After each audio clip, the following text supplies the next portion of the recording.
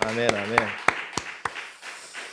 자, 오늘 참으로 참 기쁘고 또 감사한 날입니다. 우리 하나님께서 주님의 몸된 교회를 허락해서 우리 남설교회가 이렇게 창립한 지 41주년이 되었습니다. 하나님께서 이 교회를 예정해 주셨고 예수님의 피값으로 교회를 사시고 성령께서 세우시고 지금까지 인도해 주신 줄 믿습니다. 성부, 성자, 성령, 삼위일체 하나님 모든 영광을 받아 주옵소서. 아멘. 자, 그리고 지금까지 주님의 몸된 교회를 위해서 수고한 손길들이 많이 있습니다. 바울 사도는 데살로니가 교회에 보내는 편지에서 우리가 너희 모두로 말미암아 항상 하나님께 감사하며 기도할 때 너희를 기억함은 너희의 믿음의 역사와 사랑의 수고와 우리 주 예수 그리스도에 대한 소망의 인내를 우리 하나님 앞에서 끊임없이 기억하고 있다. 이렇게 적고 있습니다. 우리 하나님 아버지께서 여러분이 주님의 몸된 교회를 위해 쏟은 믿음의 역사, 또 사랑의 수고, 소망의 인내를 다 기억하시고 하늘의 신령한 복 이 땅에 기름진 것으로 축복해 주실 줄 믿습니다. 여러분, 교회가 무엇일까요?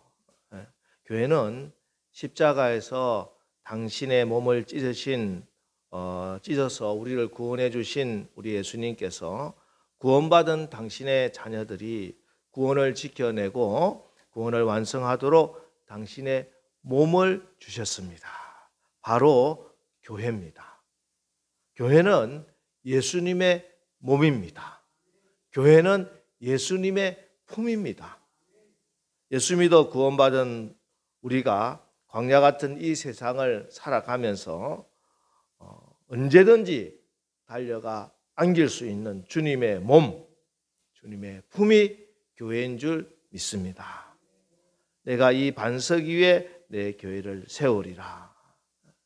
광야에서 반석 큰 돌은요, 적의 공격에 화살에서 피하는 피난처고 또 길을 지키라는 나그네에겐 태양의 그 빛에서 그늘을 제공하는 안식처가 되고 쉼이 됩니다. 그렇습니다.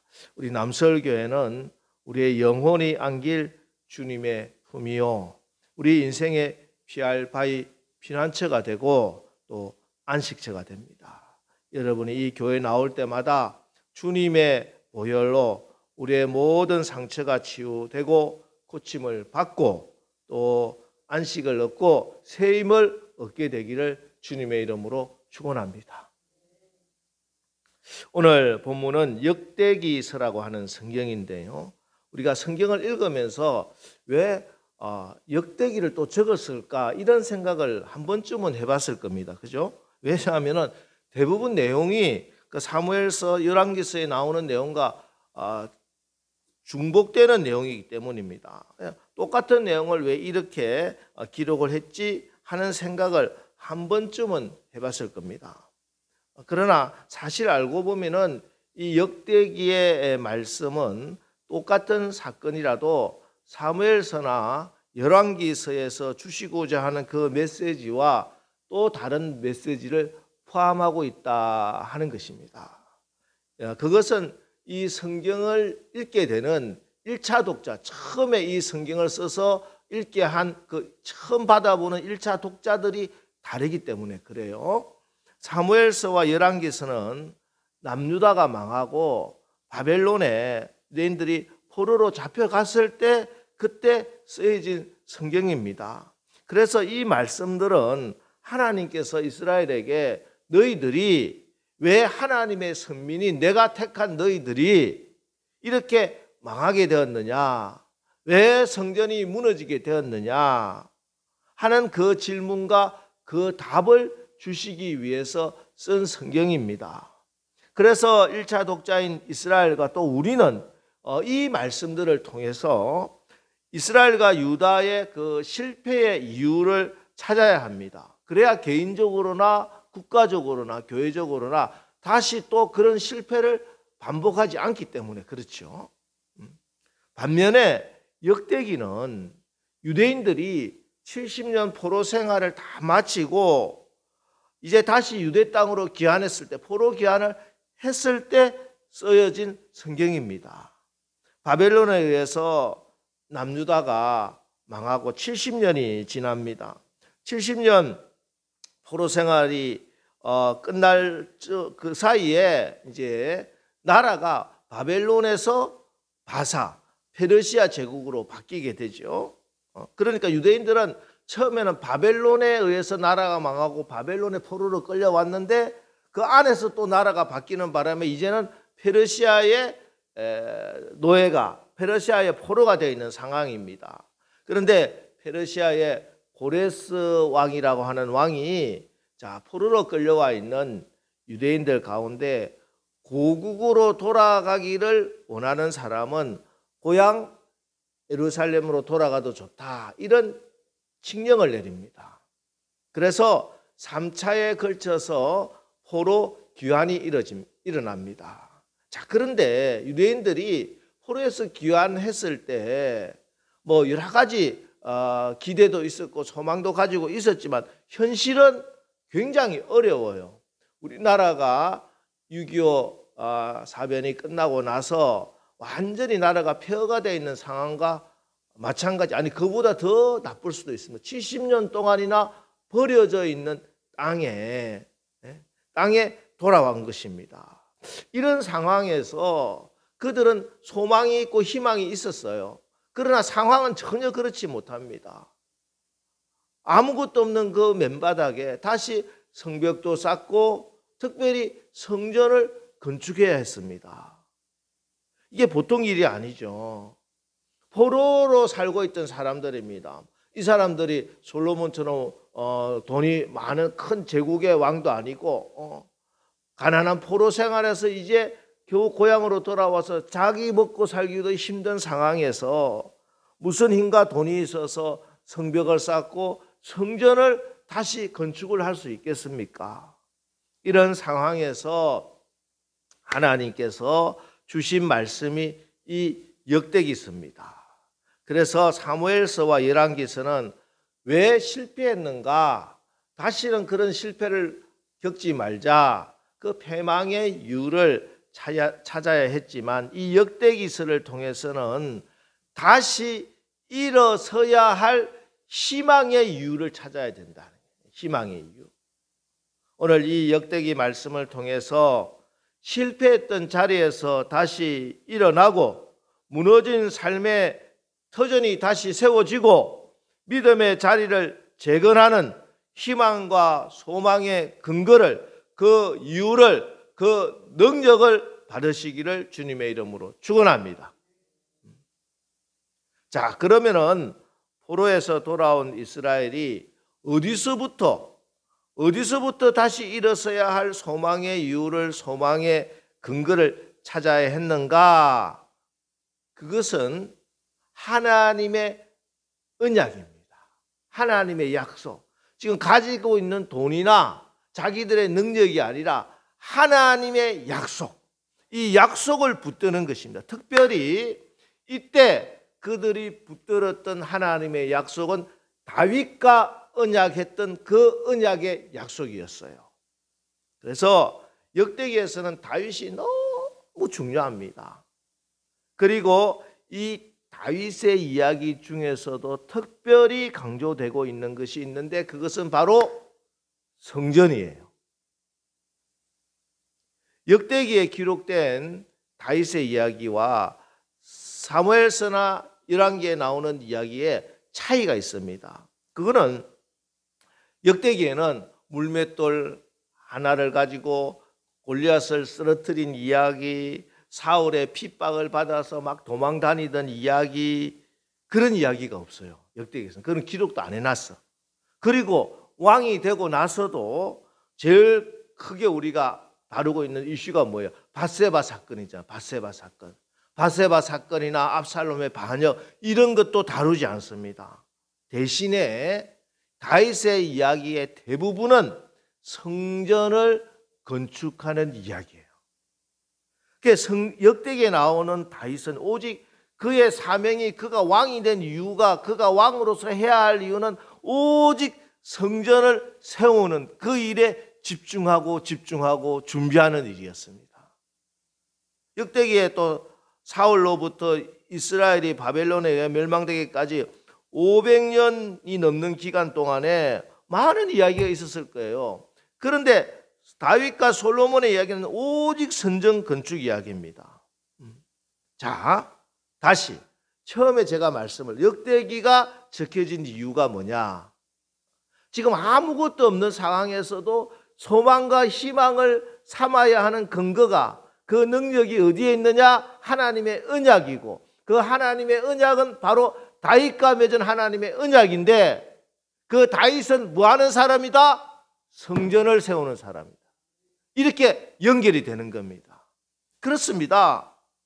무슨 말씀입니까? 나라가 무너지고 가정이 깨어지고 가족들이 뿔뿔이 흩어지고 몸이 팔려 포로로 끌려가 살다가 이제 다시 나라도 찾고 가정도 회복하고 자유인으로 회복되기 위해서 기억하고 회복해야 될 것이 뭐냐? 성전이라는 거예요. 성전을 다시 세우는 것이, 무너졌던 것 다시 세우고 잃었던 것 다시 찾고 하나님의 축복과 영광을 받는 길이다 하는 것입니다. 그렇습니다. 우리가 인생의 실패의 자리에서, 무너진 자리에서 일어서려면 희망의 끈이 필요하죠. 소망의 이유, 소망의 목적이 분명해야 됩니다. 그런데 그것이 바로 무너진 성전을 다시 세우는 것이다, 이 말씀이에요. 여러분, 마음이 무너진 사람이 있습니까? 그 마음에 무너진 성전을 다시 세워야 됩니다. 그래야 내 마음이 다시 일어설 수가 있는 거예요. 가정이 무너진 가정은 무너진 가정의 성전을 다시 세워야 됩니다. 그러면 가정이 다시 세워지게 되는 거예요. 마음에서부터 우리의 몸에, 우리 가정에, 우리 교회에, 이 나라에도 그 성전이 바로 세워지기만 하면은 우리의 몸도 마음도 가정도 교회도 나라도 다시 한번 부흥의 역사, 하나님의 영광의 역사를 보게 될 줄 분명히 믿습니다. 오늘 역대하 3장은 솔로몬이 마침내 아버지가 다 준비했던 그 성전 건축을 이제 시작하는 그 출발점에 서 있습니다. 솔로몬에게 있어서 가장 큰 사명은 뭐라고 해도 성전을 건축하는 일입니다. 자, 그런데 성전 건축할 때 제일 중요한 게 뭘까요? 어디다 세워야 되느냐? 터예요, 터. 어느 터에 세워야 되느냐? 뭐 땅이 있어야지 성전을 세울 거 아니에요. 그 기본이 되는 터, 성전 터, 이 터가 중요한데 오늘 그 터를 딱 잡는 이야기가 3장 1절에 딱 나와 있습니다. 우리 3장 1절 다시 한번 보겠습니다. 3장 1절 그 다음 시작. 솔로몬이 예루살렘 모리아 산에 여호와의 전 건축하기를 시작하니 그곳은 전에 여호와께서 그의 아버지 다윗에게 나타나신 곳이요 여부스 사람 오르난의 타작마당에 다윗이 정한 곳이라. 자, 오늘 하나님께서 솔로몬에게 너는 여기에 성전을 세우라 하고 말해주신 곳이 모리아 산인데 그게 바로 오르난의 타작마당이었다, 이렇게 설명을 하고 있죠. 그러니까 모리아 산과 오르난 타작마당 같은 곳입니다. 같은 곳인데 역사적으로 두 가지 의미가 있다. 하나는 모리아 산이라고 하는 의미, 또 하나는 오르난 타작마당이라고 하는 의미입니다. 자, 모리아 산과 오르난 타작마당이 그럼 무엇인가? 모리아 산은 창세기 22장에 나오는 아브라함의 이야기에서 나오는 것이죠. 어느 날 하나님께서 믿음의 조상 아브라함에게 너는 너의 아들 사랑하는 독자 이삭을 저 모리아 산에서 나에게 번제로 바치라, 이렇게 명령을 하십니다. 당시에 아브라함은 브엘세바에 살고 있었는데 사흘 길을 이 모리아 산에 올라가서 아들을 번제로 드려야 했습니다. 성전을 세운다는 것은 100세에 낳은 아들, 그 얼마나 소중한 아들입니까? 내 목숨보다 귀한 그 아들이라도 하나님의 말씀에 순종할 때 성전이 세워진다는 것입니다. 이게 바로 모리아 산입니다. 빌립보서 2장 5절 너희 안에 이 마음을 품으라 곧 그리스도 예수의 마음이니 하고 말씀하시면서 뭐라고 말씀하느냐 하면은 2장 5절 이후에 쭉 나오는 말씀의 결론이 8절에 이렇게 되어 있습니다. 자기를 낮추시고 죽기까지 복종하셨으니 곧 십자가에 죽으심이라. 이게 바로 모리아산이에요. 죽기까지, 십자가에서 죽기까지 복종하신 것. 그렇습니다. 예수님의 이 십자가에 죽기까지 복종하신 그 헌신 위에 참된 성전, 완전한 성전이 세워진다는 말씀입니다. 이 절대 순종의 터 위에 주님이 친히 주님의 몸된 성전을 세워서 저와 여러분이 우리를 도둑질하고 죽이고 멸망시키던 사단의 손아귀에서 벗어나게 하시고 하늘과 땅의 모든 권세를 가진 예수 이름의 권세를 가지게 하신 줄 믿으시기 바랍니다. 그래서 이 절대 순종의 터 위에 세운 성전에서 평생 죄 종노릇이나 하다가 지옥불에 떨어져 저주받을 우리의 운명이 성령의 능력으로 세상을 이기고 세상이 감당하지 못하는 권능으로 축복받는 천국 백성으로 완전히 바뀌게 되는 줄 믿으시기 바랍니다. 그래서 우리도 마찬가지입니다. 우리도 내 마음에, 우리 가정에, 이 교회에, 이 나라에 주님의 몸된 성전을 세우기 위해서는 죽기까지 복종하신 그 예수님의 순종의 길을 걸어가야 되는 겁니다. 순종하는 그 사람의 그 피와 그 헌신 위에 하나님의 성전이 세워지는 것입니다. 아무리 나에게 소중한 것 같더라도 내가 순종하여 성전을 바로 세우기만 하면은 죽은 것 같은 가정이 살아나는 거예요. 내가 죽기까지 복종한 그 터전 위에 세워진 성전에서 죽을 운명인 우리 자녀들이 다시 살아나는 것입니다. 내가 죽기까지 복종한 그 성전에서 죽을 운명인 우리 기업이 살아나고 우리 민족과 이 열방이 살아나는 것입니다. 여러분, 소중한 거 내가 붙들고 있으면 그게 우상이 되는 겁니다. 그러나 이걸 하나님께 올려드리면은 이삭을 번제단 위에 올려드렸을 때 100배, 60배, 30배 열매 맺는 씨가 되어서 돌아오는 거예요. 그게 여호와 이레입니다. 여호와 이레. 하나님이 준비하신 것을 받아서 살 수 있게 된다는 것이에요. 가만히 있어서 되는 게 아니죠. 모리아 산에서 그 번제단 위에 이삭을 올려서 이제는 다시 하나님으로부터 이삭을 받을 때 그 이삭이 우상이 아니라 100세에 낳은 내 아들, 귀한 아들, 내 우상이 아니라 하나님의 꿈과 비전을 이루는 거룩한 씨앗이 된다는 사실을 믿으시기 바랍니다. 이 곳 위에 세우는 것이 이 순종의 터가 바로 교회를 세우는 터입니다. 여러분, 주일마다 이 주님의 몸된 성전에서 예배 드릴 때마다 하나님께 순종함으로 모리아산의 축복, 아브라함이 받았던 그 씨앗의 축복, 여호와 이레의 그 축복을 받으시기를 주님의 이름으로 축원합니다. 다음으로 성전을 오르난 타작마당에 세운다, 이렇게 이야기하죠. 자, 오르난 타작마당은 뭐냐? 역대상 21장에 나오는 이야기인데요. 다윗이 나라가 부강해지자 이제 인구 조사를 합니다. 군사 조직을 조사하는 거예요, 사실은. 이게 근데 하나님 앞에 큰 죄가 되죠. 왜냐하면 하나님의 허락 없이 그것을 조사했다는 것은 이제 이스라엘의 왕이 하나님이 아니라 하나님 없이도 내 군사력으로 내 나라가 얼마나 크게 되었는가 하는 그런 교만한 마음이었어요.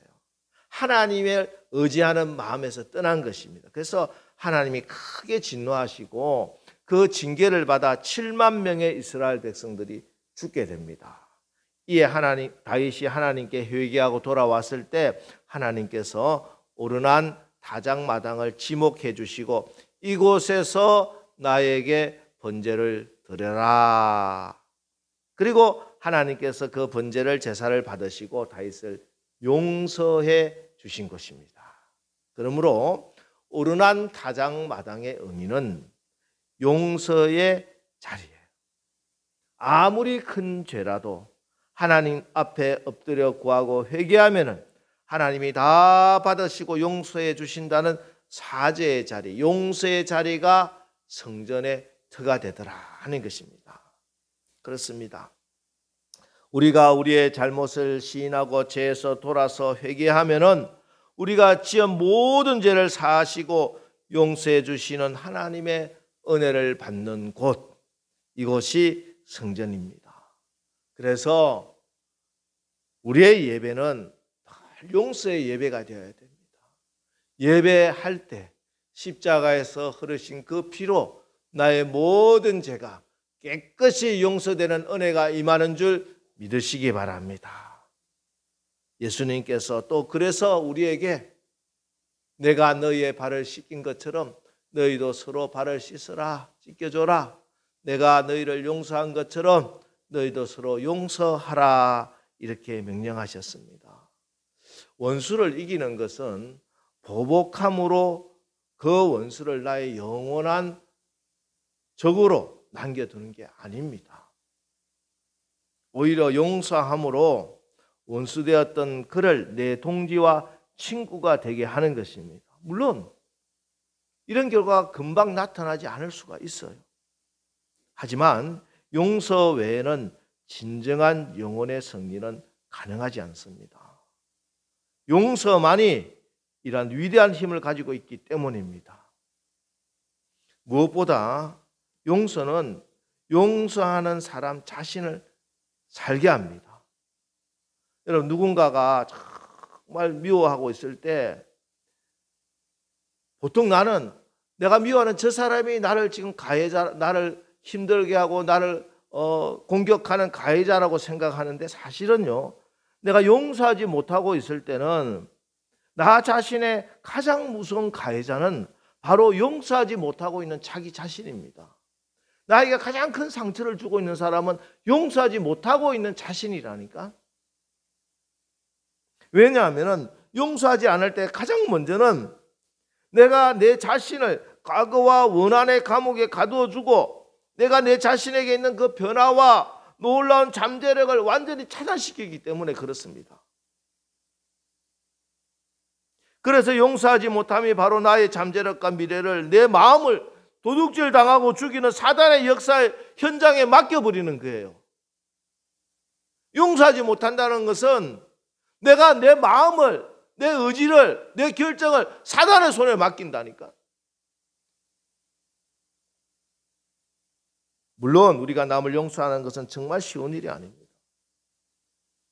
용서는 인간 본성에서 나오는 것이 아니고 눈에는 눈, 이에는 이로 갖겠다는 것이 인간의 본성입니다.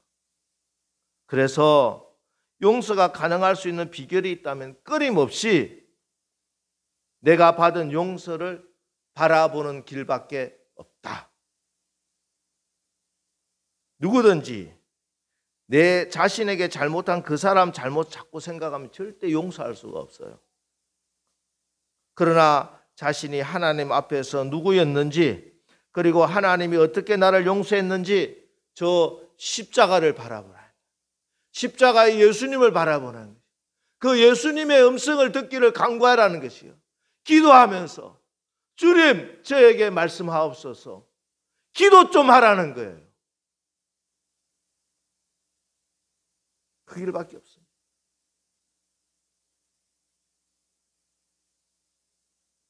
오늘 오후에도 또 우리 지방의 목사님들 다시 모인다고 합니다.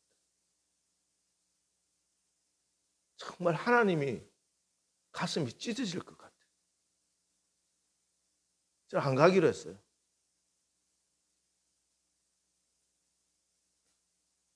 용서하지 못하고 끝까지 적을 만들어서